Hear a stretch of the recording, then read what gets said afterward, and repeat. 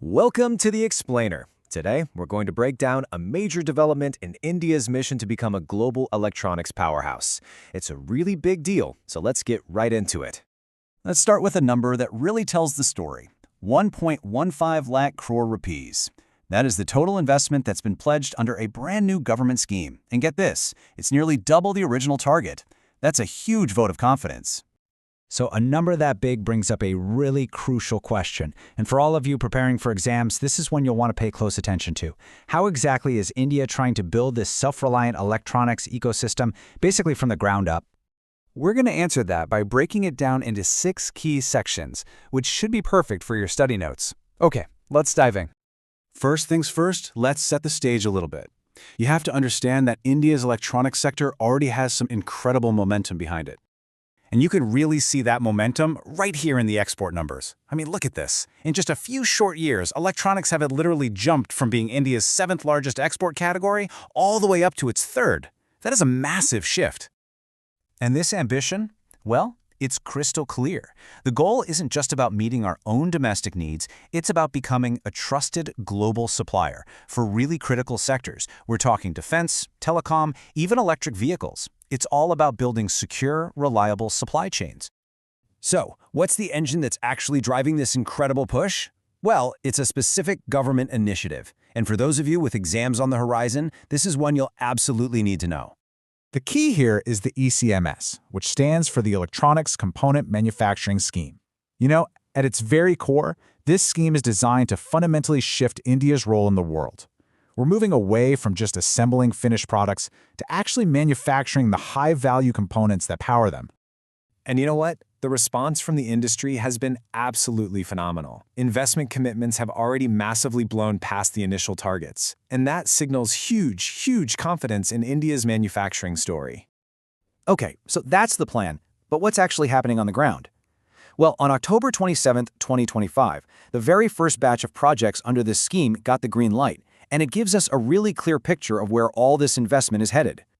Now, for anyone studying for exams, you'll want to pay close attention to this table. It shows you the specific companies involved, the high-value components they're going to produce. We're talking things like multi-layer PCBs and camera modules, and the strategic geographic spread across states like Tamil Nadu, Andhra Pradesh, and Madhya Pradesh.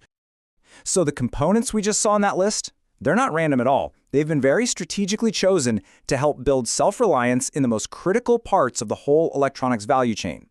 So let's break down what they are. Okay, so think of printed circuit boards, or PCBs, as kind of the nervous system of any electronic device. They're absolutely essential. And with these new projects, India is now on track to meet 20% of its own domestic demand for these critical components. That's a big deal. And this next one, this is a major breakthrough. For the very first time, India is going to produce its own copper-clad laminates. Now, this is a base material that up until now was 100% imported. Soon, we'll be able to meet all of our domestic demand plus 15% for camera modules. All right, I know that's a lot to remember. So to help you out for your exams, here's a simple little mnemonic. Just think of the word chips. C is for camera modules. H for high-density PCBs. I for interconnects. P for polypropylene film, and S for substrates, like those laminates we just talked about. Okay, so we've talked about the what and the how, but let's get to the so what. What does all of this actually mean for the bigger picture of India's economy? Well, the potential impact here is absolutely transformational. This slide really nails the crucial point here. It's a strategic shift. This isn't just about making things, it's about building a secure, high-value, and self-reliant industry. It's about making the journey from being what some call an assembling nation to becoming a true product nation. And if you want to see just how big that potential is, you just have to look at what's already happened with mobile phone manufacturing. Just a decade ago, India's total production was valued at only 18,000 crore rupees. Now fast forward to today. That number, it has exploded by 28 times to over 5 lakh crore rupees.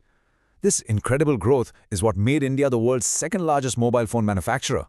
And that right there is the exact model of success that the ECMS is now trying to replicate for components. All right, we have covered a ton of ground. So let's consolidate everything into a final summary for your exam prep. Think of this as your revision guide. First, the core facts and figures you absolutely have to know. The scheme is the ECMS. Remember the date it was notified, April 8, 2025, with an outlay of nearly 23,000 crore rupees over 6 years. And the key number to remember is that total investment commitment, 1.15 lakh crore rupees.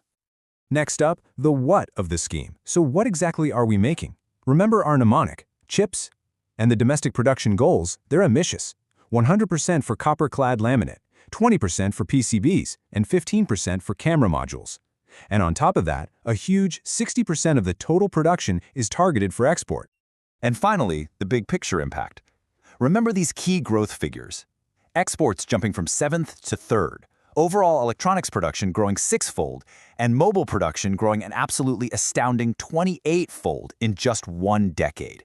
It's all driving toward that one crucial strategic goal, shifting from an assembling nation to a product nation. So, the ECMS is clearly a foundational step. It's like building the ground floor of a massive high-tech skyscraper. And that leaves us with one final forward-looking question. With these crucial components now set to be made right here in India, what do you think is the next big frontier for the Make in India mission?